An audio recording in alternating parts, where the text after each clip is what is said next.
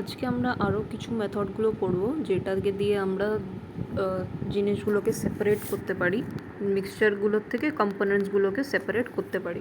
ওকে, তো প্রথম মেথড ওটার মধ্যে থেকে হচ্ছে সাবলিমেশন কোন জিনিসগুলোকে সেপারেট করার জন্য ইউজ করা হয়? যার মধ্যে একটা সাবস্টেন্স সাবলিমেবল থাকবে আর একটা নন সাবলিমেবল থাকবে।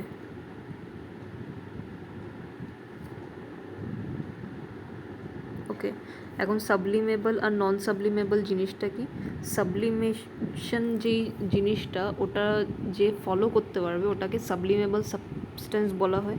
সাবলিমেশন মানেটা কি? যেই সাবস্টেন্সটা ডাইরেক্ট সলিড থেকে গ্যাসিয়াস স্টেটে যেতে পারছে বা গ্যাসিয়াস স্টেটের থেকে সলিড স্টেটে আসতে পারছে, তো ওই সাবস্টেন্সগুলোকে বলা হবে সাবলিমেবল সাবস্টেন্স।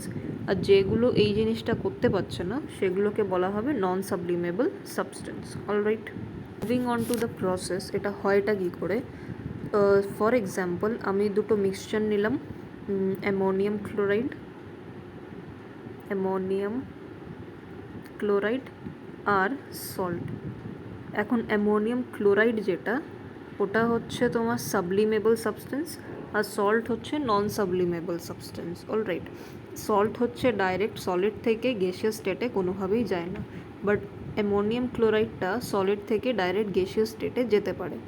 তো আমরা করবোটা কি, এই অ্যামোনিয়াম ক্লোরাইড আর সল্টটাকে এই চাইনা ডিশটার মধ্যে রেখে দেবো।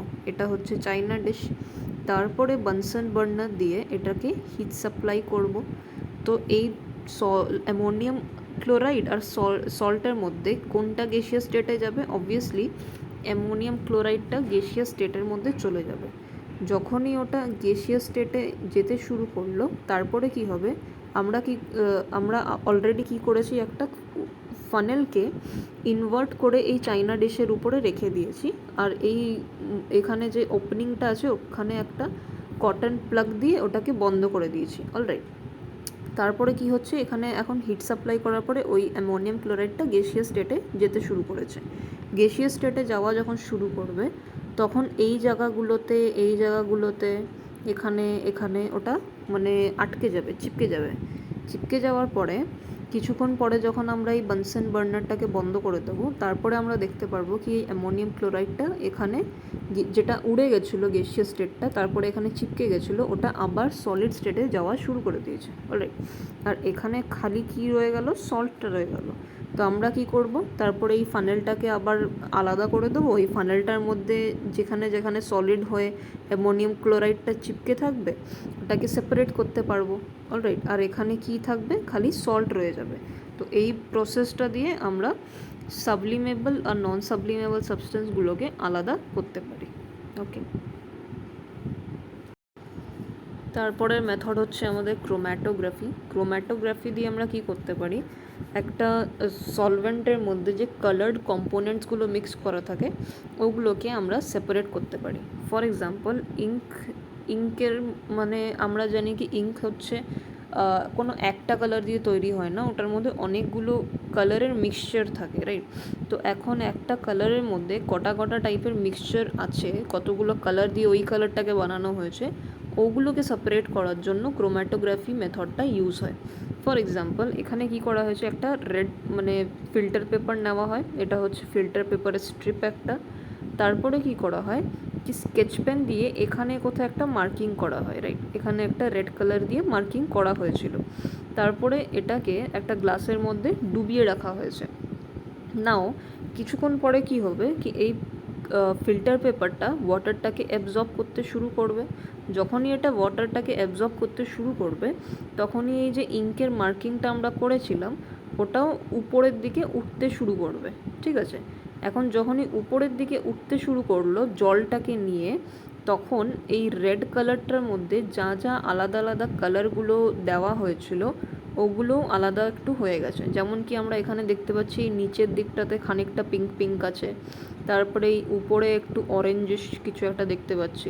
তো ডিফারেন্ট কালার্স যেগুলো থাকবে না ওগুলোকে আলাদা আলাদা সেপারেট হয়ে যাবে নিজে নিজেই। তারপরে এই এইটার মধ্যে যেমন কি গ্রিন কালার দেওয়া হয়েছিল, যখন ওটা অ্যাবজর্ব হলো তখন ওটা হচ্ছে ওখানে গ্রিন, এখানে নিচের দিকটাতে একটু ইয়েলো আছে, তারপরে একটু স্কাই ব্লু আছে। তো এই গ্রিনটার মধ্যে স্কাই ব্লু আর ইয়েলো দুটোকে মিক্স করে গ্রিনটা বানানো হয়েছে। তো এই যে কালারগুলো ওগুলো নিজে নিজে সেপারেট হয়ে যাবে। তারপরে এটার মধ্যে ব্ল্যাক কালার দেওয়া আছে, তো ব্ল্যাকের মধ্যে নিচের দিকে একটু ভায়োলেট কালার আছে, তারপরে উপরে একটুখানি ব্লু, ডার্ক ব্লু আছে। তো যা যা কালার দিয়ে ব্ল্যাক কালারটা বানানো হয়েছে সেইগুলো আস্তে আস্তে নিজে নিজে সেপারেট হতে থাকবে। তো এই প্রসেসটাকে বলা হয় ক্রোম্যাটোগ্রাফি। তারপরে আমরা পড়তে চলেছি কি আমরা কীভাবে ডিফারেন্ট কম্পোনেন্টস অফ এয়ারকে সেপারেট করতে পারি। এখন এয়ার আমরা জানি কি is a mixture of different gases, right? এখন কি কি গ্যাসেস থাকতে পারে এখানে? তো আমরা অলরেডি জানি কি সবার থেকে বেশি অ্যামাউন্টে কোন গ্যাসটা প্রেজেন্ট থাকে, নাইট্রোজেন প্রেজেন্ট থাকে, তারপরে অক্সিজেন প্রেজেন্ট থাকে, তারপরে তোমার আরও আর্গন প্রেজেন্ট থাকে। এখন সব থেকে কম কম কোয়ান্টিটিতে তোমার কার্বন ডাইঅক্সাইড প্রেজেন্ট থাকতে পারে, আরও অনেক কিছু গ্যাসেস আছে। সব থেকে বেশি অ্যামাউন্টে নাইট্রোজেন আছে, তারপরে অক্সিজেন আছে। মেন এটা আমাদের মানে জানাটা দরকার। তারপরে আমরা দেখেছি মানে এখন তো যেই প্যান্ডেমিকটা চলছে তখন অক্সিজেনের সিলিন্ডার্স আমরা দেখতে পাচ্ছি কি অনেক পেশেন্টসকে সাপ্লাই করা হচ্ছে। তো এই অক্সিজেনের যে সিলিন্ডারটা ওটার মধ্যে লিকুইফাইড অক্সিজেন থাকে, ঠিক আছে? অক্সিজেনটা লিকুইড স্টেটে থাকে। তো এখন একটা গ্যাসকে লিকুইড স্টেটে কীভাবে নিয়ে গেল, তো ওই জিনিসটা আমরা এখন পড়বো। ইনফ্যাক্ট নাইট্রোজেনটা কোথায় থাকে? আমরা যে চিপসের প্যাকেটগুলো খাই, চিপসের প্যাকেট খাই না, বাট চিপসটা খাই যেটা, তো ওটার মধ্যে যে এয়ারটা ফ্লাশ করা থাকে ওটা হচ্ছে নাইট্রোজেন গ্যাস থাকে। ওটা দেওয়া কেন হয়? বিকজ ওটা তোমার যে চিপসটাকে অনেক দিন অবধি ফ্রেশ রাখতে পারে, ঠিক আছে? ওটাকে খারাপ হতে দেয় না। তো আমাদের এই গ্যাসেসগুলো মাঝে মাঝে দরকার পড়ে যায়। তো তার জন্য আমরা এই পুরো এয়ারের থেকে ইন্ডিভিজুয়ালি অক্সিজেনকে কী করে সেপারেট করতে পারি, নাইট্রোজেনকে কী করে সেপারেট করতে পারি, কার্বন ডাইঅক্সাইডকে কী করে সেপারেট করতে পারি, ওটা আমরা এখন পড়ব।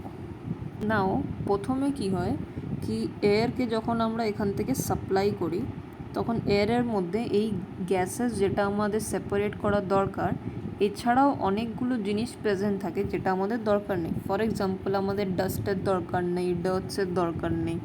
তো ওটা কি হয় কি এখানে একটা ফিল্টার থাকে। তো যখনই ফিল্টারের থেকে এই গ্যাসটা পাস করবে তখন ডাস্টটা হচ্ছে এই দিকেই আটকে যাবে, আর যেই এয়ারটা আমাদের দরকার ওটা পাস হয়ে যাবে এখান থেকে। এয়ারটা তারপরে পাস হলো, দিয়ে ওটা উপরে উঠতে শুরু করলো। এখন এই ইউনিটটাতে কি হয় কি এয়ারকে কম্প্রেস করা হয়। কম্প্রেস বলতে যদি এয়ার এতটা জায়গা নিয়ে থাকে ওটাকে মানে প্রেস করে প্রেশার দিয়ে অনেক ছোট জায়গার মধ্যে ওটাকে মানে ঢুকিয়ে দেওয়া, এই জিনিসটাকে কম্প্রেশন বলে। এটা আমরা ফার্স্ট চ্যাপ্টারেও পড়েছিলাম। তো হয়টা কি এয়ারটা এখান থেকে যাচ্ছে যখন, তখন এই দুটো দিক থেকেই পিস্টন দিয়ে এয়ারকে খুব জোরে প্রেশার দেওয়া হয়। তখন কি হয় কি এয়ারটা কম্প্রেস হয়ে গেল।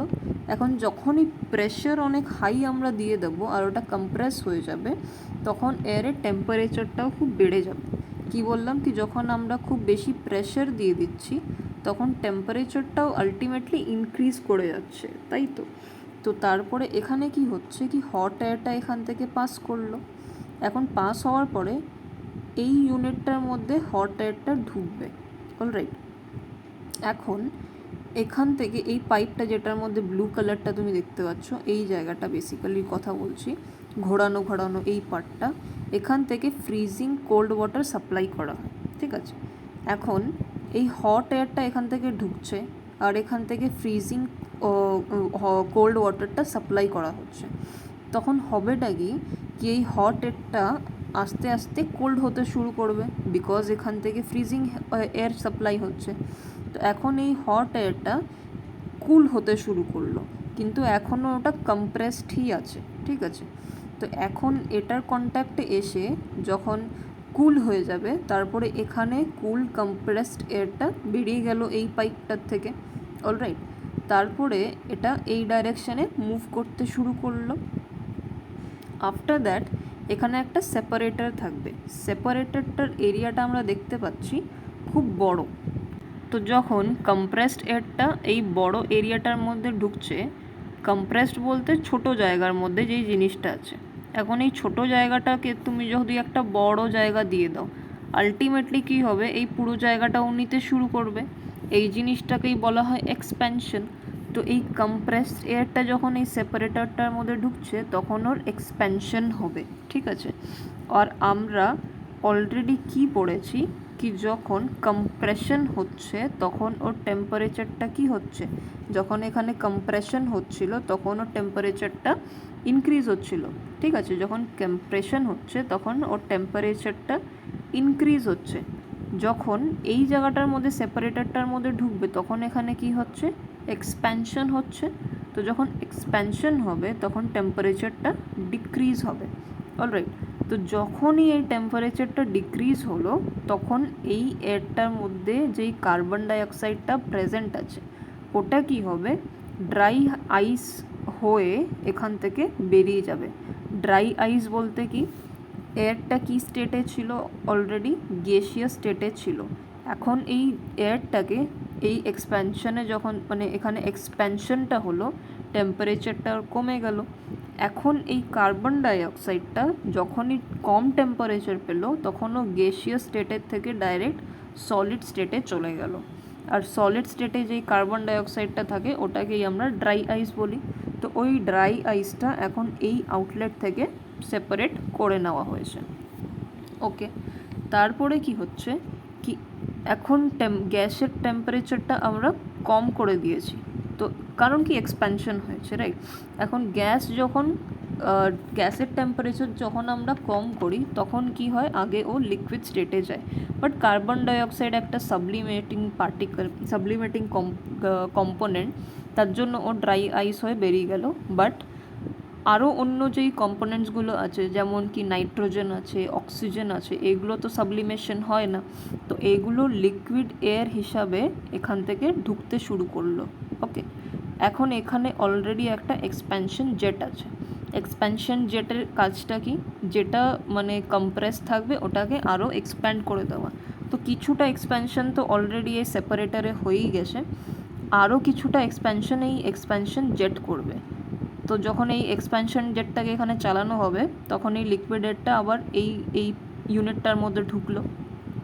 ইউনিটটার মধ্যে ঢুকে তারপরে এখানে কি হচ্ছে, এখানে একটা ফ্র্যাকশনাল ডিস্টিলেশন কলম আছে, ঠিক আছে। ফ্র্যাকশনাল ডিস্টিলেশন এই ব্যাপারটা আমরা আগের ভিডিওতেই অলরেডি পড়ে ফেলেছি। তো ফ্র্যাকশনাল ডিস্টিলেশন যখনই এখানে হবে তখন কি হবে, যার টেম্পারেচার মানে বেশি থাকবে, ফর এক্সাম্পল এখানে কি কি গ্যাস থাকবে অ্যাট দিস পয়েন্ট, অক্সিজেন থাকবে, নাইট্রোজেন থাকবে আর আর্গন থাকবে। ওকে, এখন অক্সিজেনের টেম্পারেচারটা হচ্ছে মানে বয়লিং পয়েন্টের টেম্পারেচার -183 ডিগ্রি সেলসিয়াস, নাইট্রোজেনের হচ্ছে -196 ডিগ্রি সেলসিয়াস, আর আর্গনের হচ্ছে তোমার -186 ডিগ্রি সেলসিয়াস। ওকে, তো এখন আমরা দেখতে পাচ্ছি কি অক্সিজেনের থেকে এই 196 আর 186 ডিগ্রি সেলসিয়াসটা অবভিয়াসলি একটু বেশি আছে। তো তখন এই দুটো গ্যাস হচ্ছে এই আউটলেটগুলো থেকে বেরিয়ে যাবে, আর নিচে কে থেকে গেল, অক্সিজেন থেকে গেল, যেটাকে আলটিমেটলি এই ইউনিটটার মধ্যে কালেক্ট করা হবে অ্যাজ লিকুইড অক্সিজেন। এখন আমরা পড়ব হচ্ছে ক্রিস্টালাইজেশনের ব্যাপারে। তো ক্রিস্টালাইজেশন মানে কিসের জন্য করা হয়, যাতে একটা ইমপিওর সলিড পিওর হয়ে যায়, ঠিক আছে। ইমপিওর সলিড থেকে একটা পিওর সলিড অবটেন করার জন্য এই ক্রিস্টালাইজেশন প্রসেসটাকে ইউজ করা হয়। তো প্রথমে কি করতে হবে কি, যে ইমপিওর সলিডটা থাকবে ওটাকে একটা সলভেন্টের মধ্যে ডিসলভ করতে হবে, রাইট। আর ওটা ততক্ষণ ডিসলভ করতে হবে যতক্ষণ ওটা স্যাচুরেটেড না হয়ে যায়। স্যাচুরেটেড মানে আমি অলরেডি এক্সপ্লেন করেছিলাম কি স্যাচুরেটেড কখন হয়, যখন তুমি আর সলিউট এই সলভেন্টের মধ্যে ডিসলভ করতে পারবে না, ঠিক আছে। ম্যাক্সিমাম অ্যামাউন্ট যেটা তুমি ডিসলভ করতে পারছো ওটাকে স্যাচুরেটেড সলিউশন বলা হবে। ঠিক আছে, যখন তুমি অ্যাড করতে থাকবে তো একটা পয়েন্ট এমন আসবে কি আর সলিউট ডিজলভ হবে না, তো ওই সলিউশনটাকে আমরা বলবো হচ্ছে স্যাচুরেটেড সলিউশন। হলো, তো after you make the saturated solution তোমাকে কী করতে হবে, একটা ইভ্যাপোরেটিং বেসিন বা যে কোনো একটা টাম্বলারের মধ্যে এটাকে নিয়ে নিতে হবে এই সলিউশনটাকেই। তারপরে তুমি এখন একটা হিট সাপ্লাই করতে শুরু করবে। হিট সাপ্লাই করার পরে এটা কি হবে, গরম হবে, আর এটার মধ্যে যে সলভেন্টটা তুমি দিয়েছো, যেমন কি ওয়াটার দেওয়া হয়েছে এটার মধ্যে, তো ওটা অ্যাকচুয়ালি ইভ্যাপোরেট হতে শুরু করবে। তো ইভ্যাপোরেট হতে যখন শুরু করবে এর কোয়ান্টিটিটা একটু কমে যাবে। ওকে, তো কোয়ান্টিটিটা যখন একদমই মিনিমাম কোয়ান্টিটিটাতে চলে আসবে তখন তোমাকে এই হিট সাপ্লাইটা কাট অফ করে দিতে হবে। ঠিক আছে, এই গ্যাসটাকে তুমি বন্ধ করে দিলে, তারপরে ওটাকে অ্যালাউ করলে টু কুল ডাউন। ঠিক আছে, এটাকে এমনি রেখে দিলে, এটাকে আস্তে আস্তে ঠান্ডা হতে দিলে। তো যখন ঠান্ডা হতে শুরু করবে তখন দেখবে কি যেই জিনিসটাকে তুমি ডিজলভ করেছো ওটাই ক্রিস্টাল ফর্মে এখানে লেগে লেগে থাকবে। ওকে, তো ক্রিস্টাল ফর্মে লেগে লেগে থাকবে। এখন একদমই যখন কুল ডাউন হয়ে যাবে তারপরে তুমি কি করবে, একটা ফিল্টার পেপার নেবে, আর এই সলিউশন যতটাই মিনিমাম সলিউশন বেঁচে আছে ওটাকে একটা ফিল্টার পেপারের থ্রু পাস করে দেবে। তো যেই জলটা থাকবে ওটা তো বেরিয়ে যাবে, আর যে ক্রিস্টালটা থাকবে ওটাই ফিল্টার পেপারের মধ্যে রয়ে যাবে। ঠিক আছে, তো the cold solution is poured off to obtain the crystals. The crystal may be dried by pressing them between sheets of filter paper. তো এই একটা ফিল্টার পেপারের মধ্যে তো ক্রিস্টালগুলো রয়ে গেল, আর একটা ফিল্টার পেপারে যখন তুমি চাপা দেবে এটারই উপরে, তখন কি হবে যে এক্সেস ওয়াটারটা যেটা ছিল ওটা ফিল্টার পেপার অ্যাবজর্ব করে নেবে, আর যে ক্রিস্টালটা ওটা ড্রাই আউট হয়ে বেরিয়ে যাবে। ওকে, তো আমরা এর অ্যাপ্লিকেশনটা কোথায় কোথায় দেখতে পারবো, যেটা সি ওয়াটার থেকে যে সল্টটা আমরা পাই ওটাকেও ক্রিস্টালাইজেশন প্রসেস দিয়েই বানানো হয়। ওকে, আর তোমার যখন একটা কেমিক্যাল কম্পাউন্ড আছে কপার সালফেট, তো কপার সালফেটকেও ক্রিস্টালাইজ করে পিউরিফিকেশনের জন্য ইউজ করার জন্য ক্রিস্টালাইজেশন প্রসেসটাই ইউজ করা হয়।